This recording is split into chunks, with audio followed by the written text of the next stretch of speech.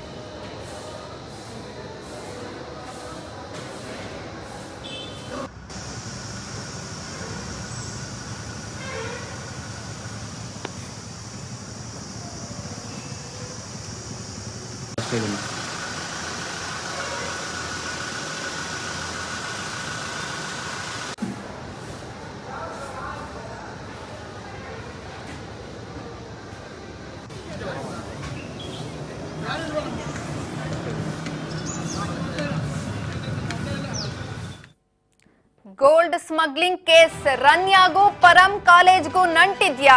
ಪರಂ ಒಡೆತನದ ಶಿಕ್ಷಣ ಸಂಸ್ಥೆಗಳಿಗೆ ರನ್ಯಾ ರಾವ್ ಹಣ ನೀಡಿದ್ದಾರೆ. ರನ್ಯಾ ಸಿದ್ಧಾರ್ಥ ಕಾಲೇಜಿನ ನಡುವೆ ಹಣ ವರ್ಗಾವಣೆ ಶಂಕೆ ವ್ಯಕ್ತವಾಗ್ತಿದೆ. ರನ್ಯಾ ಸಿದ್ಧಾರ್ಥ ಕಾಲೇಜಿನ ನಡುವೆ ಹಣ ವರ್ಗಾವಣೆ ಶಂಕೆ ವ್ಯಕ್ತವಾಗ್ತಾ ಇರುವಂತದ್ದು. ಈ ಕಾರಣದಿಂದ ಇಡಿ ದಾಳಿ ನಡೆಸಿದೆ. ದೆಹಲಿ ಇಡಿಯಿಂದ ದಾಖಲೆಗಾಗಿ ಹುಡುಕಾಟ ನಡೆಸ್ತಾ ಇದ್ದಾರೆ.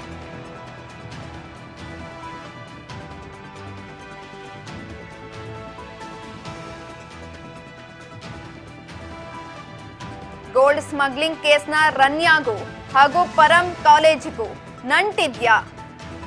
ಹಣ ವರ್ಗಾವಣೆ ಮಾಡಿದ್ದಾರೆ ರನ್ಯಾ ರಾವ್ ಹಾಗೂ ಪರಂ ಒಡೆತನದ ಶಿಕ್ಷಣ ಸಂಸ್ಥೆಗಳಿಗೆ. ಹಾಗಾಗಿ ಇಡಿ ಅಧಿಕಾರಿಗಳು ಪರಿಶೀಲನೆ ನಡೆಸ್ತಾ ಇದ್ದಾರೆ. ಎಲ್ಲಾ ಶಿಕ್ಷಣ ಸಂಸ್ಥೆಗಳಿಗೂ ಹೋಗಿ ಇಡಿ ಅಧಿಕಾರಿಗಳಿಂದ ಪರಿಶೀಲನೆ ನಡೆಸ್ತಾ ಇರುವಂತದ್ದು.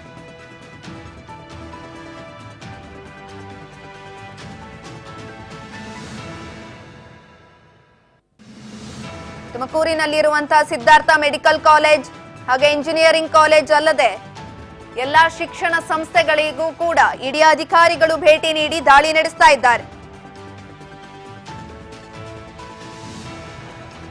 ಇಡಿ ಅಧಿಕಾರಿಗಳು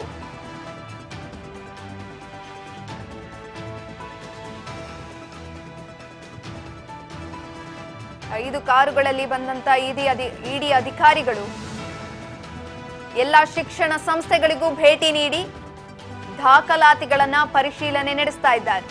ಹಾಗಿದ್ರೆ ಗೋಲ್ಡ್ ಸ್ಮಗ್ಲಿಂಗ್ ಕೇಸ್ ರನ್ಯಾಗೂ ಪರಂ ಕಾಲೇಜಿಗೂ ನಂಟಿದ್ಯಾ?